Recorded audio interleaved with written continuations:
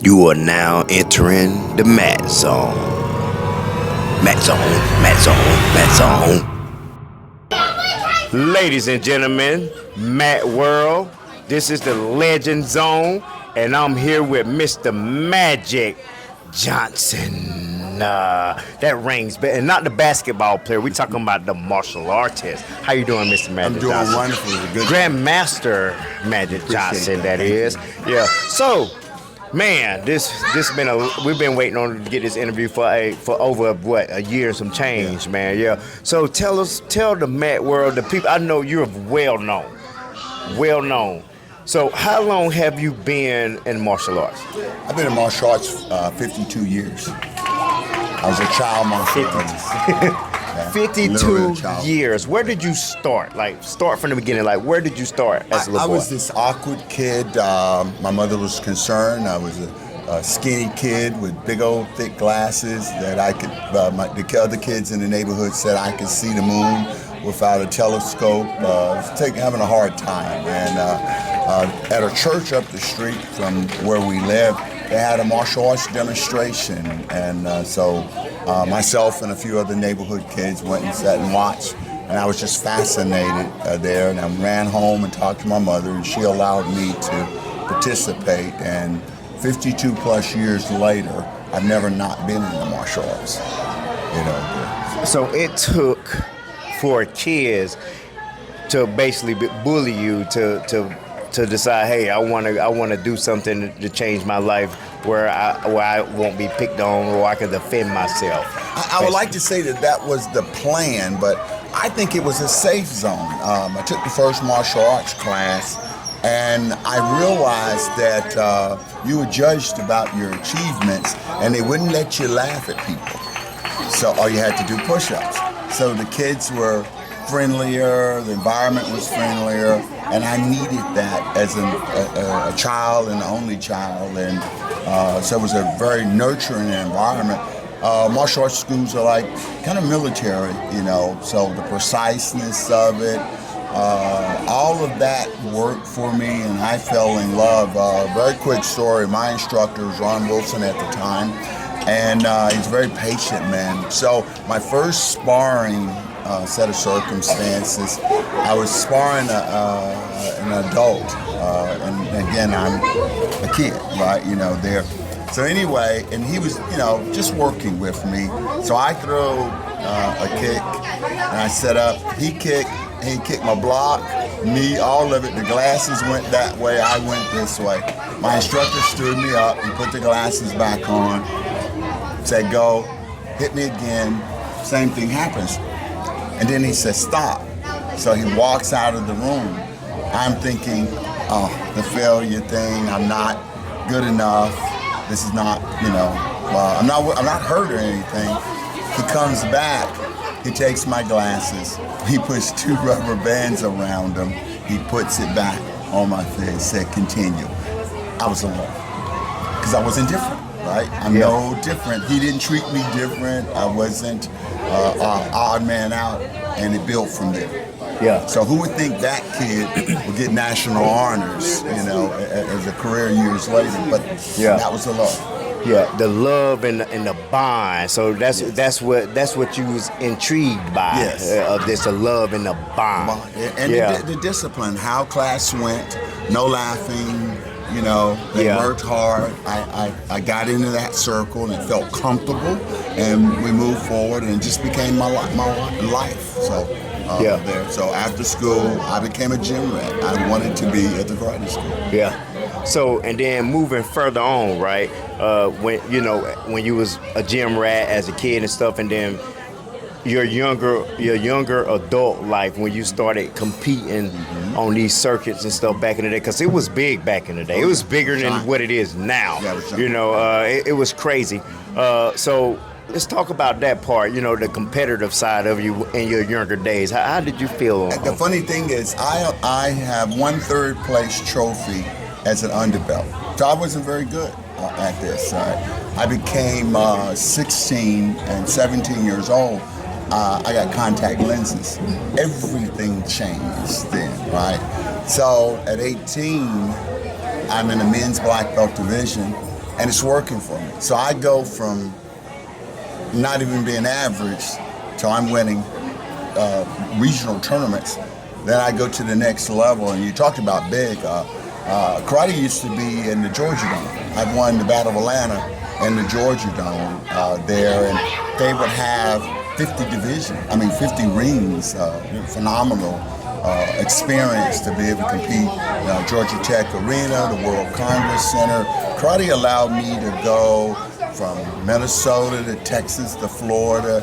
It was a different then. Tournaments are nice now, but the numbers were, ginormous at one point in time. Yeah. I don't know, you may not remember this, but there was a time that karate was the largest thing on ESPN before it had pro basketball. I remember that. Yeah, I remember. Before pro basketball and baseball, karate was the dominant sport. Sport karate. Hear that shout out. Sport karate was big, there, and I got to be in that golden era there and participated in that. It was just a lot of fun. Yeah. And speaking of like ESPN, man, the cameras and stuff, lights, camera, action, baby. That's what I'm talking about. And then, back in the day, y'all had the magazines and stuff. I used to turn the magazines and look through the magazines, see you in there and stuff like that. Then as a little kid, seeing you, like, oh man, I want to be like that one day. That was awesome, man. Like you said, the sport magazine coverage, ESPN, it was a different era. So you were working hard to get to that level, and then to stay at that level. And at the end of the year, they would be the top 20 in the country, and lightweights, middleweights, all packed in, and you were doing your best to do that. And again, we're very, very fortunate to have a long career that went there. Now, who are your senseis? Or do you still have contact with your senseis? My original sensei, Sensei Ron Wilson, and interesting enough, he was out of Camden, South Carolina. He had moved to Charlotte, and he's passed away. I was a journeyman. I would go to different karate schools as time went on, and if you were, I came from a kicking taekwondo program, but then I would go I learned when we started competing on the big boy level, I need hands. So I would go find competitors who were great punchers or kicks. If you remember back in those days, we could sweep. We could take your legs from under you and follow up with a punch or a stomp move. So I would be interested. I used the karate tournaments as a convention. I would see stuff I never, my system didn't teach or didn't see. So now I would contact that person on a national level, whoever he was, and ask, can I work out with you, and would you work with me? And you'll be surprised how we shared information. Champions like Steve Nassianis, Scorpion Barrage, Billy Banks, these all became friends. The Ninja Turtles, remember the Ninja Turtles? Yes, I remember, Those one of my favorite. At the karate tournament. At some of the national meets, these were the Pack brothers, and some of the guys, they were the guys under those. And the costumes. And the costumes and stuff, and we know Billy Banks from Tabo. Yeah. Billy's a very good friend, but I know him as a competitor, and spending time. When you get to a city, what would happen is, let's say you're in, like I said, the Diamond Nationals or U.S. Open or something. Well, at a certain level, there's a certain limited amount of people who no matter, there's 60 people, 70 people in your division, but there's about 3-4 guys. This is what this is gonna be about, right? Yeah. So we understand that's gonna happen. So we would get to the city, and it would be kind of us against the locals, or us against the regionals, or whatever it is. So we spend time together, and we get to know each other. So I got to know these guys and understand their strategies, their attitudes. But when you bow in, it was about the business. Yeah. Here they come. Yeah. So great friendships and brotherhoods and relationships were built over the years because of this bond. And I always thought the sport was so different than most sports. I guess football and some of the other may be different because we legitimately would like each other. But when they say bow to me, then it's go time. It's business now. And then when it's about respect, then we're back friends. It wasn't personal. Yeah. Now some things happen between them two bows. Yeah. That some people may not be. Can let go. They can't let go. But I find the champions, and also my approach was a little bit different. I think we were all fast, quick, hit hard, but I think I came from the position of, can I outthink you? You know, and I got again to spend time with some champions. Bill Superfoot Wallace is my hero. I have the opportunity to spend time with him and get to know him. And to hear the intellectual parts, like I said, Billy Banks, Nasty Anderson, Keith Vitale. I had accessibility to them, and they would talk, and they'd give me their opinion of why they do there and what the common things were, about how a champion thinks. And I think sometimes we get away from that.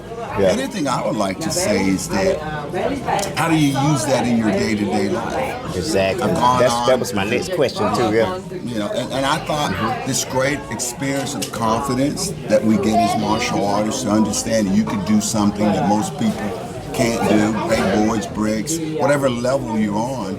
Well, it gave me something else there. So there's an entrepreneurial spirit, and I started a product called Karate Cooler, which is a sports drink. Probably the first karate sports drink, and that went really well for me there. But karate, the network of karate, I would call different cities and say, hey, I'm doing this. It's a Magic Simmons there. So that network, that respect thing, that whole thing there, this brotherhood, to this day, they're some of my closest friends are people from all over the country, that network, there.